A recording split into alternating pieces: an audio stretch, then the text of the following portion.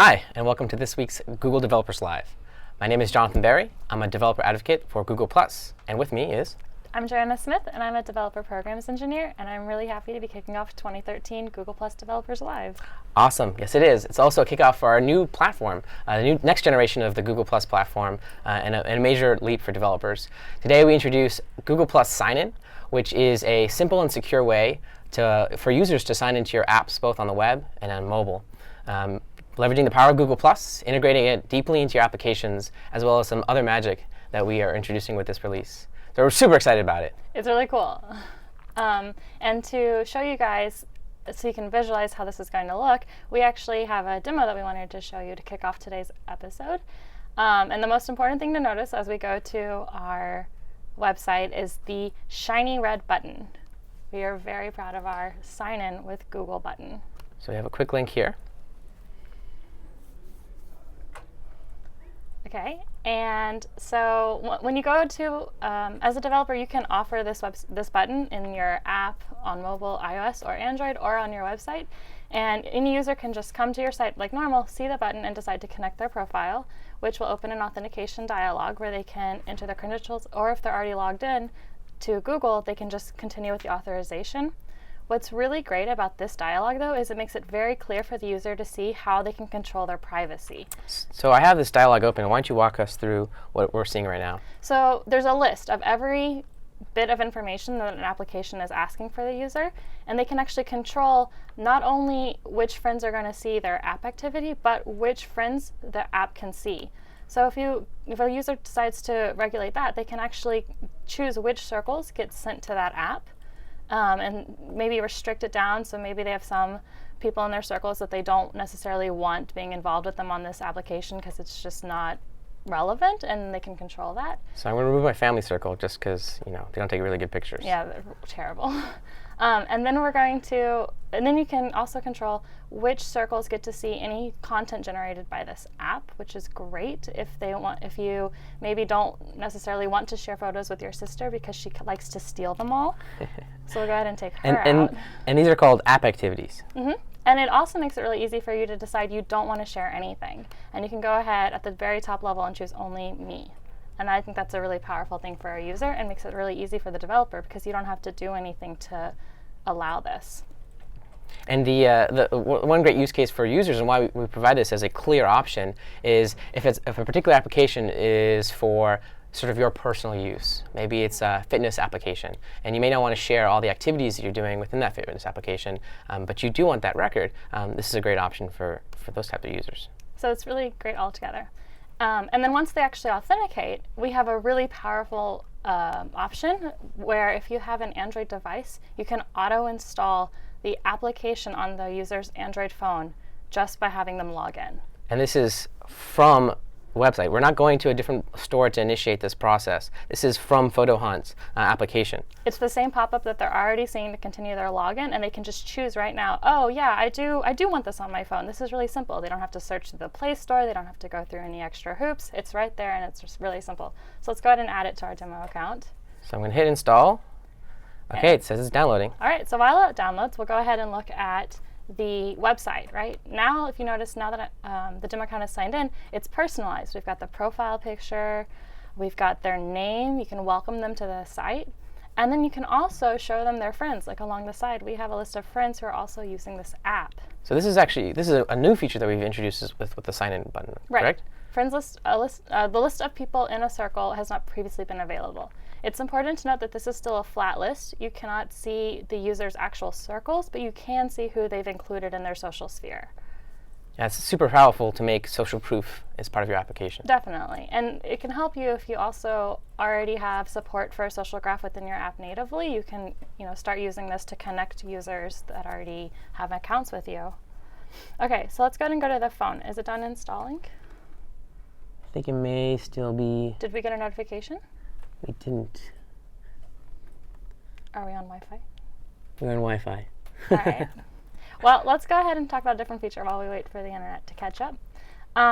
So the other thing that I'm really excited about personally from this launch is the ability to use an interactive post. And this is very similar to what we already have. It's a share that's been expanded to have additional features.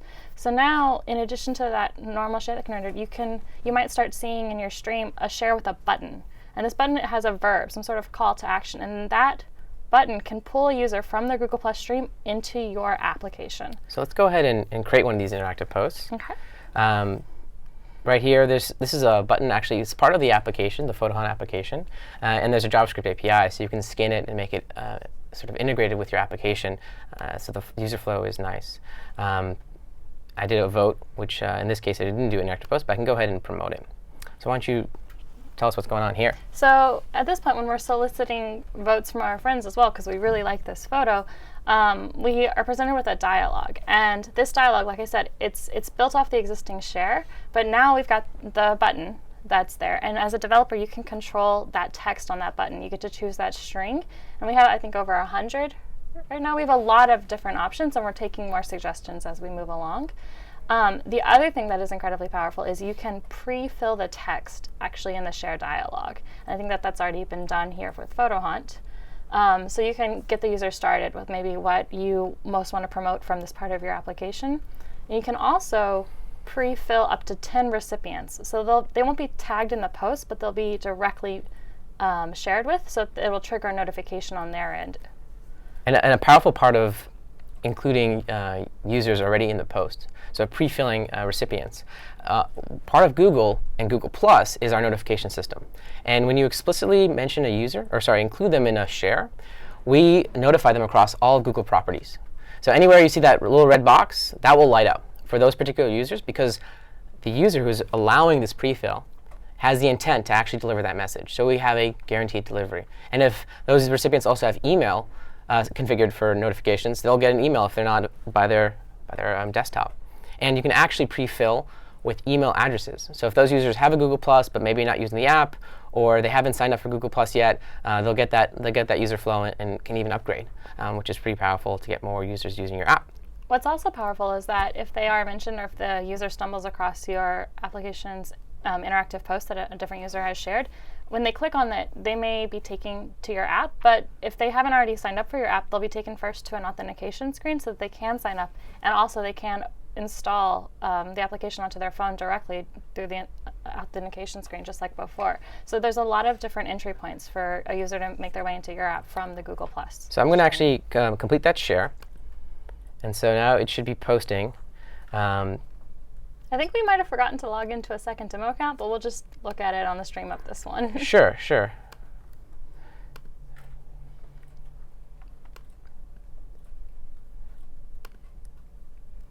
There we go. This is the post we just created. So you can see it's actually incredibly engaging, because not only can a user share something that they care about with the people in their circles, but now the people in their circles are involved in that action. They can choose to go into the app and create their own shares, or maybe they can do the same action within the app and start interacting there. And so I think it's a really, really engaging way to let your users interact. And ask their friends to join them. Yeah. Right? That's the whole point of an interactive post. It's about bringing your friends who are across Google Plus into your app in a way that they can start interacting with it. That's where the interactivity comes from. And so we saw the preview of the interactive post, and now this is what users would see on the desktop stream. I'm going to click on that post. Okay. And what's happening when I click on that post, you see that I open up the app. And what's unique about this is the URL that I was deep linked back into the app. So we actually enabled the deep link functionality last fall, and a few of our clever developers caught it. But it's really, really compelling, because not only is a user taken to your app, but they're taken into your app to a particular part, a particular photo, or maybe a particular song, and that is the part that they cared about, and so they get to skip the rest and already be involved, and that's more likely to keep a user in your app and grow your user base. And another powerful thing about deep linking, it's supported across all platforms, so web, Android, iOS. So if a user is using an Android application and they share it to their friends who happen to be on the desktop, the deep link will take the user to that desktop version. And now if another one of their friends is on iOS, we'll know and we'll take them to the iOS app. And this is part of the Google magic. You don't have to support or initiate the support for these different deep links to determine which one is the appropriate one. We do that for you. You just have to provide the links. And a neat thing, especially here, we talked about over-the-air install. But with deep links, if a user doesn't have your application installed already, we will take them to the Play Store, or we'll take them to the App Store. And on Android, we'll let them, once they've completed the download, we'll take them back to the deep link that they intended to click on. So follow all the way through, and you just got a new mobile user. Our goal is to make sure that you don't lose users along the way. We want to make sure that they are interested in your app and they make it all the way to the point that they want it to be, even if they have to detour through authentication or installation. So did it ever install? Yeah, I believe it did. All right, so let's go ahead and look at that. And like I said, this is really compelling because it doesn't have to do anything on the phone in order to make this happen. I chose this when I authenticated, and now I have a notification telling me my download's ready to go and I can start using. So first thing you'll notice is that notification. I haven't dismissed it yet. That is what a user would see. So they actually get to see the rich icon from the Play Store. They also have a notification that it was installed. And like many apps, it gets installed onto your home screen. And just to show you that it works, hopefully, our Wi-Fi is back up. I can sign in using a native Android sign-in. Pick the account. And then you can see we have that same auth process. And it's the exact same dialogue. A little more compact for the phone, but it's all of the same features that I already mentioned. They can still control both which people in their circles the app sees and which app activities are seen by people in their circles. It's great. Yep. All right. So that's Photo Hunt. And for developers, throughout the day, we're going to be releasing new samples to help you get started. And one of those is actually the backend for the Photo Hunt app. And we want you to be able to see a full end-to-end integration that might help you figure out how you can best integrate Google Plus Sign-In with your existing app. And so look forward to seeing this today and also in multiple languages in the future. Awesome. So now that we actually saw what we introduced today at a high level, I just wanted to run through pretty quickly all the different features and the way a developer might approach it. So the things they need to know to actually integrate. And I have a quick deck that kind of goes over each piece by piece. So Google Plus Sign-In, simplified sign-in. The first thing to note is that we take privacy very seriously. You saw with the circles picker and app activities how a user can control who and what sees their activities and their user data.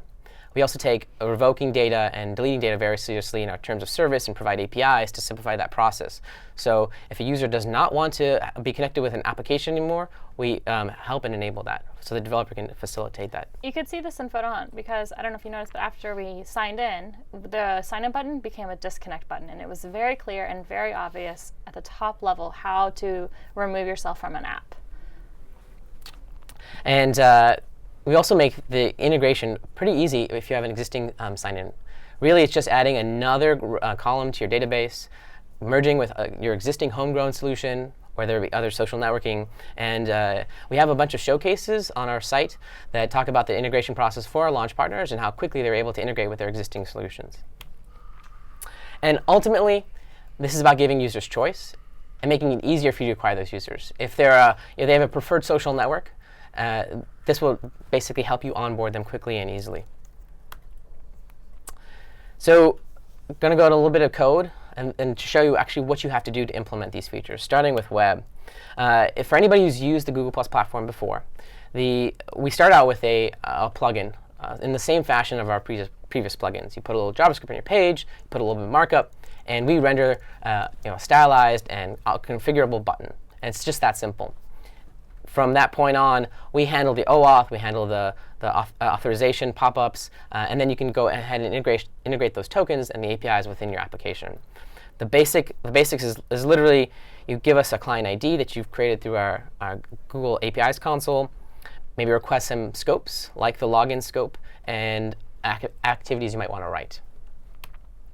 On the Android side, it's native to Android. We've worked with the Android team to make sure that our SDK is comfortable and easy to integrate for Android developers. So you would add the button to your layout, initialize a Plus client, an object that allows you to make API calls, including sign-in, and then register a on-connected callback. And once that's fired, you can go ahead and actually start getting user data. It's just that simple.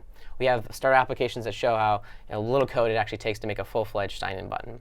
And our goal this entire time was to make it very easy for you to implement. There shouldn't be a lot of hoops and a dance, so to speak. We've heard feedback from you that OAuth has been challenging, so we worked really hard to make it very simple. So look for these code snippets throughout the documentation, and also look at the samples as they become available today to really see what's going on, to see a full integration. Yeah, that's a good point. And moving along, we've also done the same sort of heavy lifting for you on iOS.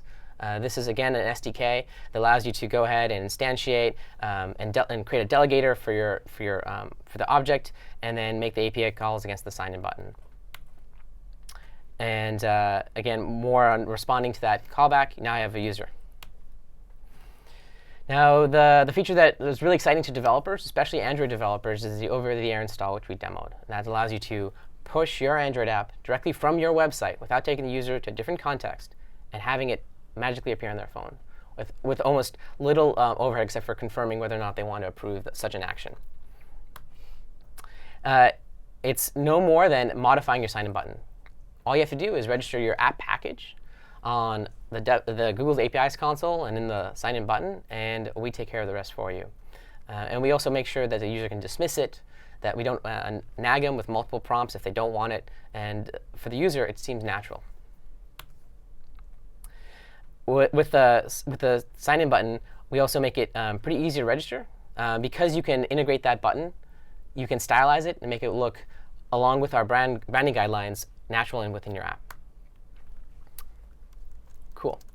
So just looking at the code, it's really just a web feature, right? So all we've done is added a new element, the app package name, attribute rather, to the sign-in button, and that's it. Once it's the link's there, we take care of the rest. It's part of the OAuth, the dialog, and the user just gets that prompt. It should not be difficult. And if you are having any difficulty, let us know immediately, because it's probably a simple fix. Yeah. And we've probably dealt with it already. The other thing that I'm showing here, too, which is a little nuance, we also support a way to use your own button. And this is a very important feature that when we were designing this product, we heard loud and clear from our launch partners that as long as they can follow our branding guidelines, they like to use their own span or stylize the button in a different way. So by doing this similar but different markup, you can get that same effect. And you can still use the over-there install. That ability is not lost because you used a custom button. Exactly. And now the user signed in. We also have APIs to take advantage of the user data that they've authorized with you. And that's where you can customize your app to add social data and customization. You can take their user profile information. This is very similar to the APIs we have today, right? Nothing's changed there. We've now enabled more data. You can ask the user for their email, for example, their age range, their preferred speaking language, and you can integrate that into your application to make sure that it's welcoming and it's tailored to them. You can also use that data for people in their circles. So when two people are connected on Google+, sign into an app, you can show social proof and help them discover content that their friends might be interested in or acting on, and surface that to make it more discoverable. Now, how to add that personalization? I'm going to run through this a little bit quickly. This is a snippet of JavaScript. For anybody who's used our APIs today, it's the same API endpoint. It's the same JavaScript client library. It's the same Python client library. It's the same Java client library. It's just now we get more data if it's available. So if you have an integration today, it's a pretty smooth upgrade. Almost no change except to handle more good stuff to work with. On Android, it's again, you get these from the connected callback. You may be able to request a listener and get the user data and display that. And on iOS, very similar. You do use a plus service to go ahead and to get that same user data. So this user data is still data that they've made publicly available, with a few exceptions. We include age range. Yep. And region. Locale. Locale. So the preferred speaking language. And of course, if there's a separate scope for email, because you have to explicitly request that. We don't want to just give it away without the user for no reason. But once you do, we also provide you the user's Google email. And we have that scope in our documentation, so you don't have to look around or hunt for it. It's all very clear for you, so you can make sure your development process is very simple. And the neat thing about scopes and the Google Plus sign-in experience on web and Android and iOS is we combine that into a single auth dialog. So if you add another scope from Google, for example, let's say it's Drive or it's Calendar, that'll be combined into the same scope. It's be clearly highlighted what that scope is and what the data the user is providing, and then they can choose to approve or deny that Exactly. prompt. They should not have to sign in multiple times. Now, the one of the newer features, and one that we can spend a lot of time talking about, is interactive posts. It's a way to capture users in the stream with this powerful call to action that deep links back into your app. And it allows you to invite friends to engage, maybe connect on their network or their site, or vote up and vote down. It also allows you to control the messaging that's seen in the stream. So we talked about pre-filling text. We talked about the call to action, choosing different labels for that action. I have a little snippet of what you have there. And also, because it's a share on Google+, we have a rich snippet. So you can control the text and the content and all the description, and really have your app presented and making it appealing for people in their circles to click back. Yeah. Now that deep link is pretty powerful. You can control where the user goes, and there's a little bit of nuances. For example, you can have a content URL. So if it's a TV show, the content URL might be the station, or sorry, the episode or the series. Series. And then the deep link might be a particular episode. So the user might want to click on, well, I see this thing for Photo Hunt, but I'm not quite sure what Photo Hunt is, so take them to the Photo Hunt content URL. And then if they actually click on the button, it'll take them to the deep link, so maybe the actual photo. Right. So the user can really explore your app through, like I said, a variety of gateways. And definitely once they get familiar with your app and they've seen your app a few times in the stream, they'll probably click right on the deep link and go directly into your app. And these are qualified users who really want to engage. Right. So a little bit of code.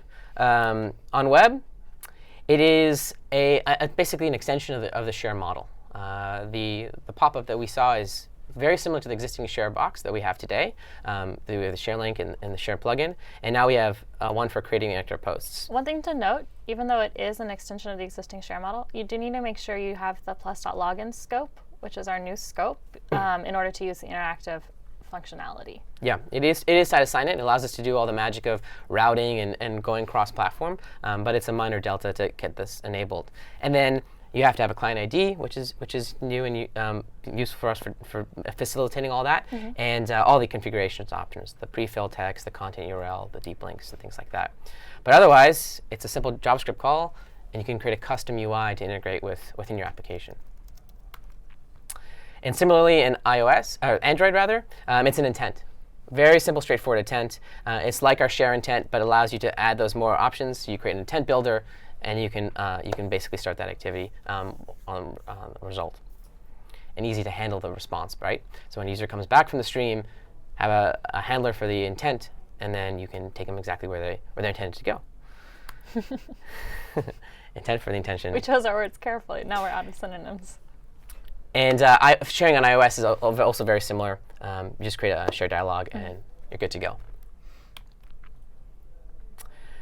And App Activities is another feature that we've taken out of Developer Preview, which we previously called History.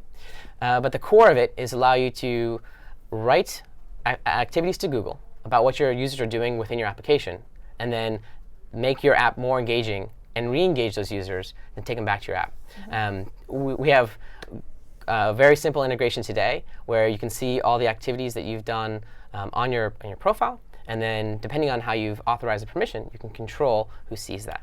And one thing that we've heard is that both developers and users are concerned about the idea of being viewed as spammy. And so the app activities do not surface in the user's stream. They have their own very prominent, but their own separate part of Google+. And that's what a user can go and browse and see what's going on, and they can see which app activities from their friends and similar apps that they have, assuming that all the permissions have been granted. And it's a very engaging place, but separate from the stream so that nobody feels overwhelmed by app activities. Exactly. And if it's one of those if you've authorized only you, for example, you might be the only one who ever sees this. So you won't have to worry about every run you've ever done or every song you've ever listened to show up in the stream. But if you do have, let's say, foodie friends, all the restaurants you go to might show. They can go ahead and see that on your profile. I mentioned this is part of our history preview that's now been promoted as part of Google Plus sign-in. We've also introduced the ability to write activities, read activities, and then also delete activities. So we really manage the relationship between your app and Google and how it surfaces to the users. And writing is just like our RESTful APIs before and native on different platforms. Simple API call. This is using JavaScript. Of course, you can use any of our supported client libraries and write your own. On Android, very simple. You create an item scope builder, and you build it, and it writes that through Google Play Services. So we make that simple and easy. In iOS, we have a builder there too that you can write your activities. And a little bit more. That's it. That's sort of the 10,000 foot of what we're launching for developers. Well, 10,002 feet. Two things I want to say. Oh, okay. One is with disconnect, we've made it. One, it's required by your terms of service that you offer your users a way to disconnect. But if that's hard for them to find or they don't want to go into your app, we've made it really easy for them. And they can view that at plus.google.com/apps. And they can see all of the apps that they are connected with, in addition to maybe controlling which activities they want to surface or which ones they might want to disconnect from.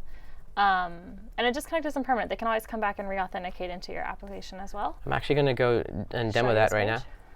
So this page is, like I said, it's very simple to get to and very engaging for the users. And so you can know that without too much extra work from you, they have a clear way to communicate. But you do still need to offer them a way to disconnect in order to be compliant. And then the other thing I wanted to talk about were Google Plus Insights.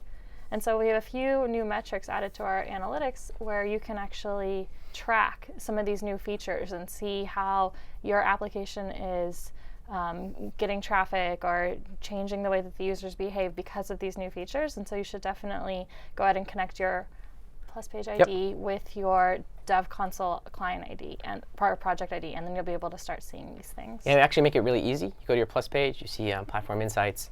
You do you basically get the client, you get the profile ID, connect with your project, and that once that link's established, you can start seeing all the different pieces of data that may be either hard or impossible to do with existing analytics because it's from deep within our system. So over-the-air installs, interactive posts, all those, and those are going to get better over time as well. So we're really excited to see how this grows, and we'd love to hear from you. Can you think of any other features we should talk about? No, I think we should go to questions. All right, so we actually have several questions already, and I'm really excited about this. And so the first one is from Paul Erickson, and I think it's actually two questions just from reading it. But the first is more abstract, so I'm going to let you take it, which is how does this new platform affect Google's role as an identity provider? That's a good question. So at Google, we've provided different identity solutions for a long time. Definitely this is the next big step for Google as an identity provider. We think this is going to be very powerful for developers to rely on Google as a secure and safe way to let their users basically enjoy their apps. For us, this is basically our big bet. We hope you all adopt this as your Google sign-in solution for Google Plus sign-in. And then the second part of your question, which was related, but I think it actually hints at a bit of confusion, is wondering about how a verified identity doesn't appear to be used consistently or tied back into things like maintaining credit card information or the other authentication options that Google offers. So I was wondering, Jonathan, do you want to clarify a little on what a verified identity means, what that check mark next to a profile means? Okay. So it also depends on if it's a user or if it's a page, and if it's a website. So verified just means that Google has found out this is a real user, or if there's, let's say they have a relationship with Google, they said, hey, this is my account, there's other people who have similar names and are impersonating me, and for us, that's just to help users discover the right celebrity or the right president, and it's just mostly just a flag. It's basically meant to help users so that anyone who might be confused or impersonated is covered. And then one other thing that I think we should mention about the identity, Google's role as an identity provider is that Jonathan mentioned that this is our big bet, right? And so this is a part of a really large identity effort here at Google. Because as you know, some of you may follow Tim Bray, and he's mentioned quite several times that social is actually the plural of identity. And so we are taking great pains to make sure we can integrate the two and do it correctly. And so we love your feedback as we move forward in this process, because we want to make sure we're doing what's best for our developers and our users. Okay, so with that, I'm going to move on to the second question, which is really easy, so this is going to be great. So Shira wants to know, can you have the sign-in button for a website without the app? And the answer is yes. Like, it's just a simple yes. We support web, iOS, and Android, either individually or together in some combination. Exactly. And to some extent, we even support custom integrations. Oh, that's right. So one of our launch partners who is rolling out slowly over today is Fitbit, and they've done a pretty cool integration. It's kind of web and it's kind of not. So a lot of Fitbit users use the desktop client. It's actually It's actually a native desktop app and for Windows and Mac, and they have an embedded web view. It's pretty cool that they can actually get over-the-air install working from when a user first signs up to Fitbit from a desktop app. So I strongly encourage all of you to check out our case studies part of developers.google.com/plus, so you can see maybe a head start on how you might want to go about your integration, maybe what features are most important based upon our partners, because we're really excited to have partnered with all these people, and we want to show you what they have. And hopefully inspire. Mm-hmm. And several of them will be coming to visit on future GDLs. That's awesome. Spoiler alert. Okay, so Funnergoat wants to know if they are right in thinking that an ability to push moments or app activities to the profile is restricted to sign-in enabled apps on mobile, not on websites. And the answer is just no. It's basically part of the plus to login scope. So once the user authorizes that scope, writing app activities is part of it. Now you have to explicitly request an individual app activity across all platforms. It's the same format. And then once you have that permission, you can go ahead and write moments from web, from Android, and from iOS. And I think I showed some snippets for all of those. Mm-hmm. And a good example is, say someone's on a news site, you as a developer could be writing app activities for every time they read a news article. And so later that user could go back and see the articles they read, maybe find a link that they really thought was interesting at the time but forgot to take note of. And also, you write privately, but the user can share whenever they desire. So there's no risk of spam. It's just as in the history preview. And I think that that's really cool. Okay, so Lars on YouTube wants to know, how much control do the users have over what data is given to the app? So if you remembered when I showed that auth dialog, within there, of course, they can just dismiss it. They don't actually have to. If they try to sign in and they see these permissions they don't want, they can say no, and the developer can't keep on prompting them. But within that dialog, let's look at just the plus.login data.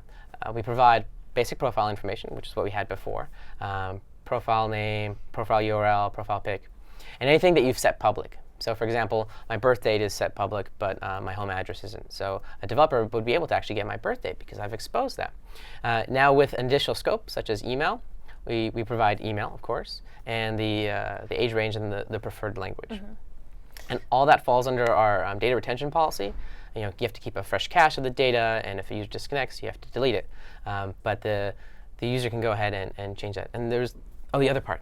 That's what you're about to remind me. They can also control who from the people in their circles that your app can actually know of. So they can have a full list, or they can limit it down to a subset.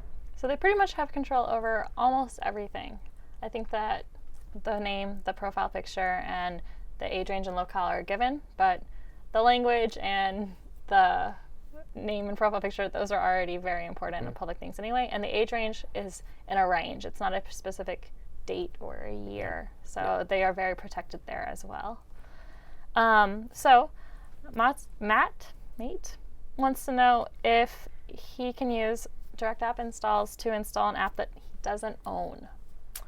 No.